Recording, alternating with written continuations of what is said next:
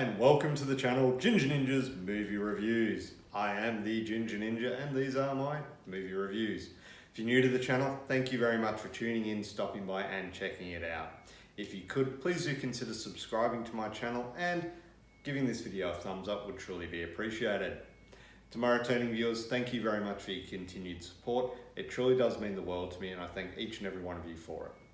Now, it's February and I am going through Final Destination February, and we're up to the Final Destination 3 from 2006.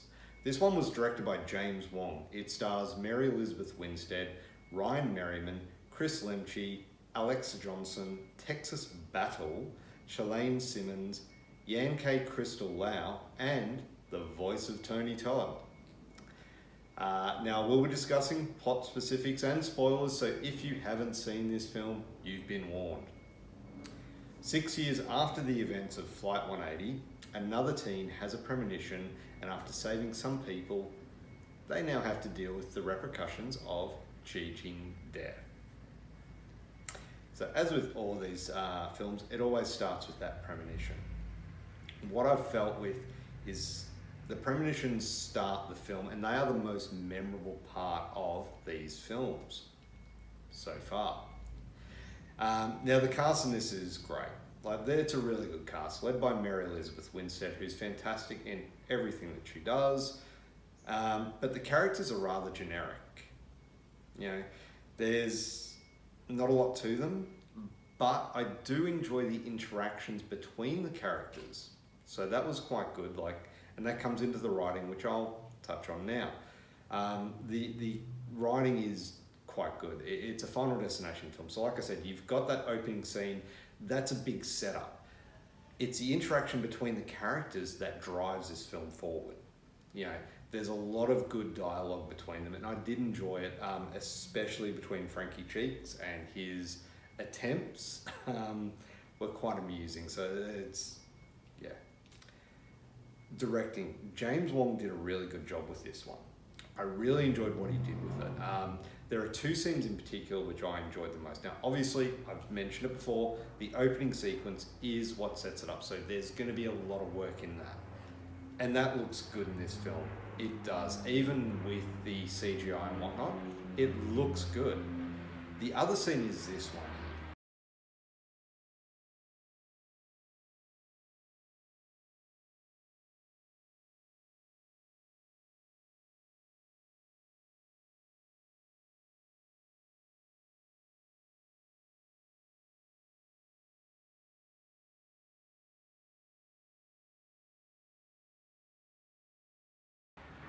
So the way the camera pans down on Ryan Merriman, and then it goes to Mary Elizabeth Winstead, and it pans up and around, and then you've got the trees blowing in the background.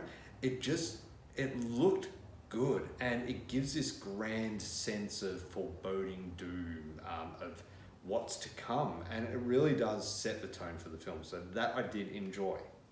The effects, there are some good effects in this one. Really good effects.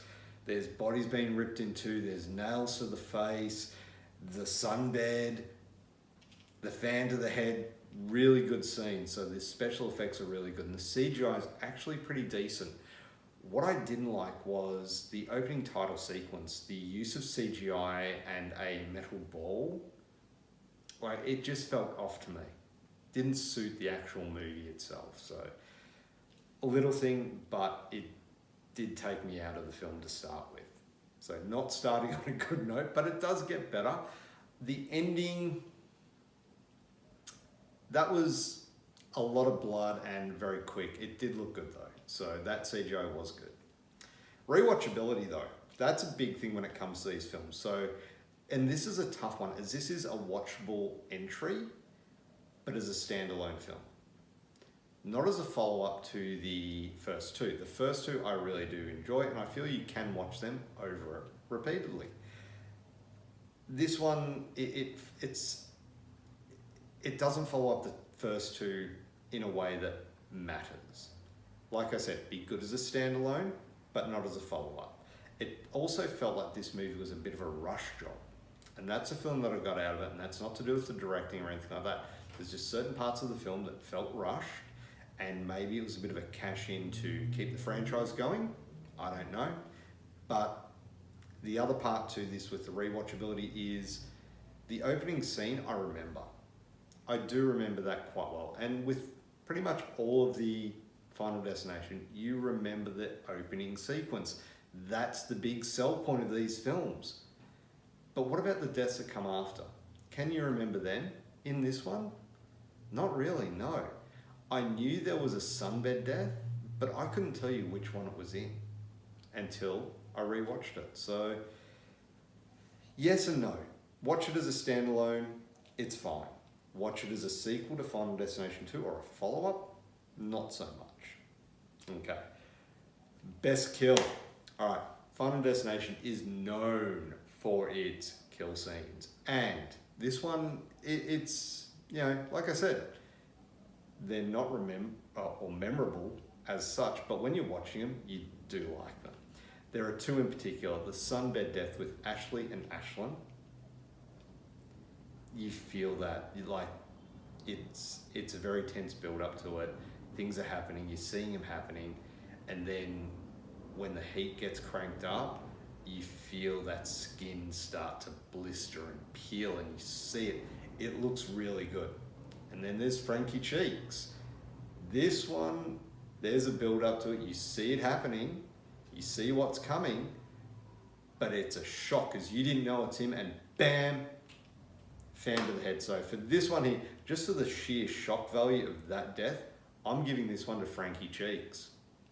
So there you have it. That is my review of Final Destination 3. What did you think of the movie? Have you seen it? Let me know down in the comments below. But as a score, I'm going to give this one 6.5 out of 10. It's dropped down a bit from the previous two, but like I said, as a sequel, not a huge fan of it. As a standalone feature, I think it's a good movie. So, like I said, let me know if you've seen down below. Do remember to like this video. If you can, do subscribe to my channel. It would really be appreciated. And thank you very much for watching. Have a great day. Bye.